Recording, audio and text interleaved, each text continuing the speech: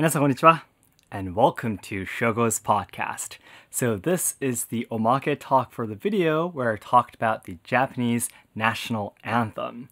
So if you haven't watched the main video yet, it's inside the description box. I hope you could take a look at it. And if you have watched the video, thank you very much for your time. I hope you enjoyed watching it. All right.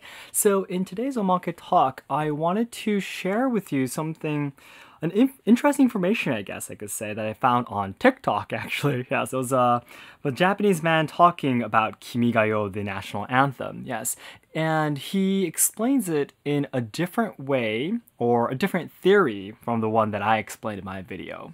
So if you watch my video, you know that I explained that Kimigayo, it was used as a way to promote fascism during the war periods. And also today, the government, when they defined the Kimigayo, the song, as a national anthem in 1999, they still said that the emperor is the symbol of Japanese people in Japan, so we should still sing to the emperor, but that means wishing for everyone, Japanese people's, happiness and so on, yes.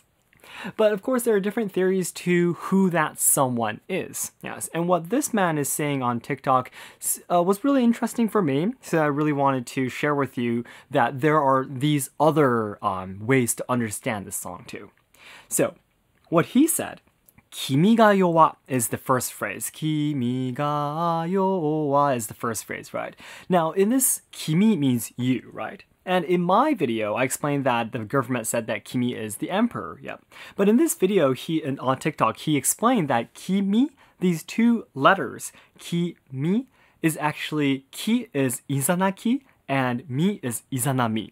Now, for those of you who don't know who Izanagi and Izanami are, they are actually the two gods that appear in Kojiki, the ancient myth of Shintoism. So it's a story, Kojiki is the story of how the gods and goddesses created the island Japan, yes. So it's the story of the origins of the Japanese, the country itself, yes. And the first two male and female two pairs of gods were called Izanagi and Izanami. They were the gods that created the islands of Japan. And they actually used a spear to make waves on the ocean, and then they created the island Japan somehow, yes. So it's really interesting how in this TikTok video he explains that the Kimi, that mi is from Izanami and ki is from Izanagi, the two gods, yes. So Kimigayo wa means that the ancestors of the two gods, yes, generation, yes, which means we are Japanese people according to the Kojiki and its myth stories. We are all ancestors. We are all they are the ancestors. I'm sorry. We are the descendants of the two gods. Yes. So who are we talking about in this song? In this video, he explains that us, everyone, who are the descendants, the children of Izanagi and Izanami. Yes, so our generation, he is explaining, not the emperor. Well, technically, the emperor is believed to be the descendant, the direct descendant of the gods and goddesses that appear in the Kojiki. So, I guess we're kind of saying the same thing, yes. But I've never heard of the theory that talked about Izanagi and Izanami before, so I thought that was really interesting, yes.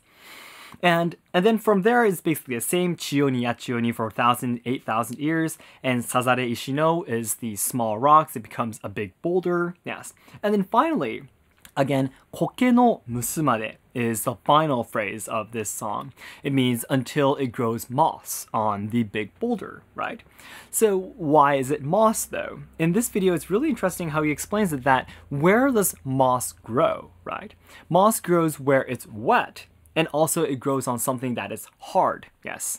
It might sound a little bit weird to say how something is born where it's wet and something is hard. You probably understand what I mean, yes. So he explains this in this video in that way.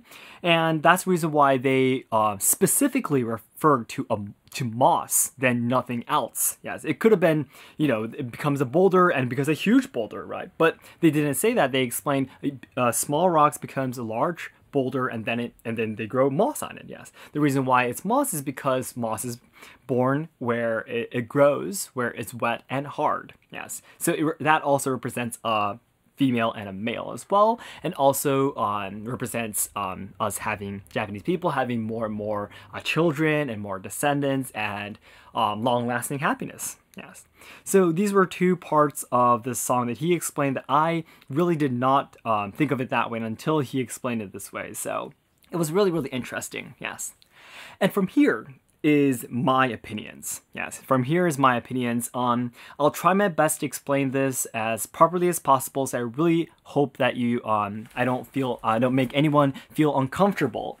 But I personally, now, for example, this man who explains this in this video, he is wearing a cap, a hat with a Japanese flag on it. Yes, I believe he is one of the nationalists in Japan, maybe possibly one of the right-wing members. Could be.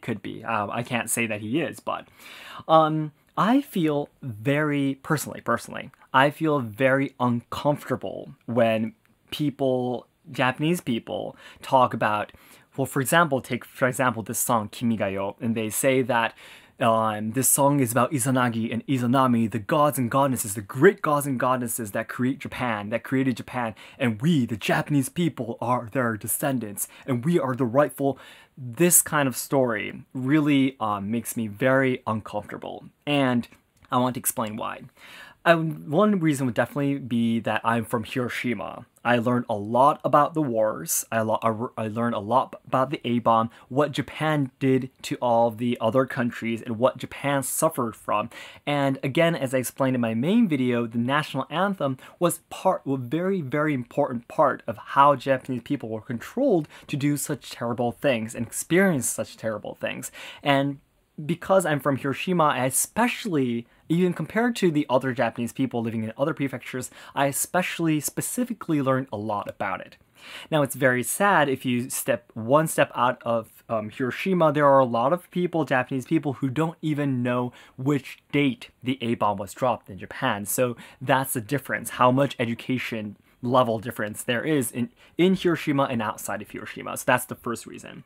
Second reason is because I was able to grow up in the US, study in China, and also be a volunteer member in the YMCA, the world's biggest NGO group. Yeah, so when I was a volunteer student in YMCA, I've met a lot of people in my same generations, from Korea or from the Southeast Asian countries, from China, and we of course discuss about peace. Yes, YMCA, we do a lot of activities to help countries that need help, or discuss about peace, and we did activities during the A-bomb season every year and such, and it was like a peace forum, we call it. Yeah, we did these events and such, and because I had a lot of occasions to talk with these people who have histories, who were the side that suffered from everything that Japan did, everything wrong that Japan did, I have heard these people talking about it directly. So I can definitely, what should I say, relate to everyone's feelings more, I guess I have more different points of views compared to just people who can only speak Japanese and never left Japan before and never actually talked to the Chinese people or the people of Korea who they hate so much. Yes, because, the right-wingers in Japan hate Chinese people and Koreans. For some reason, they've never actually even talked to them before, but, that's how they do what they do, right? So this is the reason why that, the point I want to make it very clear is that I do not deny any other country's, nation's national anthem, even if it is, for example, originally a military song, or that is not, I have not studied enough about other countries' national anthems enough to state my opinion. But for Japan, for my national anthem, my country's national anthem, this is my point of view. So I understand that there are a lot of people who say that, Kimigayo, our national anthem, is a great song. I can't believe that there are some teachers who don't want to sing it, but I do sing the national anthem when I'm required to. Yes, as I explained in my video, but I never thought of singing it towards the emperor. Yes, I try to completely separate it from the past times and today, but I still feel very uncomfortable when people say that the national anthem is a great representative of our great country. Yes. what good has it done to the surrounding countries around Japan and the Japanese people itself? What good has this great Japan ever done to anywhere in the world, right? So this is how I feel about it, yes. So I would really love to hear your opinions too about what you think about my story and about your national anthem in your country, yes. I personally really feel uncomfortable when I hear any stories about nationalism in Japan, yes. I don't know what forms of nationalism exist outside of Japan, so I would love to learn from you. But in Japan, I feel that there was nothing good that happened in the past times in Japanese history, or, again, to all the other countries near Japan. So this is what I felt, yes. But I really did want to share with you different opinions about the song because in my main video, I only talked about my ideas, yes. I just wanted to tell you that there are people who see the Japanese anthem as a completely good thing, yes. So I just wanted to share this idea with you. All right. So then, before I go, I always talk about my dream at the end of these podcasts and my live streams. My dream is to make Japan a better place for people who want to travel, study, and work in Japan because although there's a lot of people who have hopes and dreams in Japan, they want to, experience the culture or, eat things, everything, and so on and so forth. But Japan is facing a lot of social problems along with losing its traditional culture. And so I want to work towards solving the social problems, also preserving the evolving traditional culture and helping out the younger generation in Japan so they can preserve Japan for future generations that will be having hopes and dreams here in Japan. Yeah, so that's my dream. And so far, my nearest goal is to achieve 1 million subscribers by the end of next year, so I really need your help. I'm not going to be giving up until the very last moment, yes. So it'd be great if you can share any of your videos with your friends and family, yes, and give me likes, and also comments would help me out as well. Okay? Alright, then everyone, thank you very much for your time, and again, I really hope I didn't make you feel uncomfortable with my stories. If there was something that you felt was strange, or if something was inappropriate, please let me know in the comments. I would love to learn from you. Thank you very much, and I'll see you in my next video. Goodbye. ありがとうございました。